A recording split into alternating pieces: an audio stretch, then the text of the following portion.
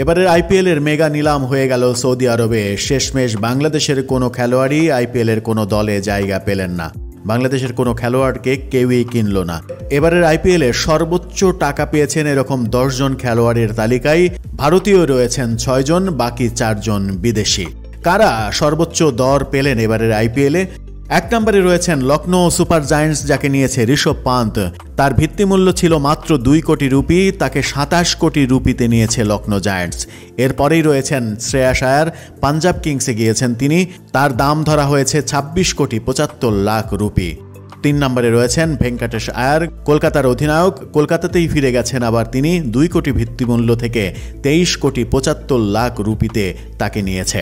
এরপরে পাঞ্জাব কিং আর্শদীপ সিংকে নিয়েছে 18 কোটি রুপিতে, যুজবেন্দু চাহালকে পাঞ্জাব কিংস নিয়েছে 18 কোটি রুপিতে, গুজরাট টাইটান্স জশ বাটলারকে নিয়েছে 15 কোটি 75 লাখ রুপিতে, দিল্লি ক্যাপিটালস লোকেশ রাহুলকে নিয়েছে 14 কোটি রুপিতে, মুম্বাই ইন্ডিয়ান্স ট্রেন্ট বোল্টকে নিজেদের দলে নিয়েছে 12 কোটি 50 লাখ রুপিতে, রাজস্থান রয়্যালস জাফরা আর্চারকে 2 কোটি ভিত্তিমূল্যের এই খেলোয়াড়কে তারা নিয়েছে 12 কোটি 50 লাখ রুপিতে, এবং 10 নম্বরে রয়েছে রয়্যাল চ্যালেঞ্জার্স বেঙ্গালুরুর জশ হ্যাজেলউডকে তারা নিয়েছে 12 কোটি 50 লাখ রুপিতে।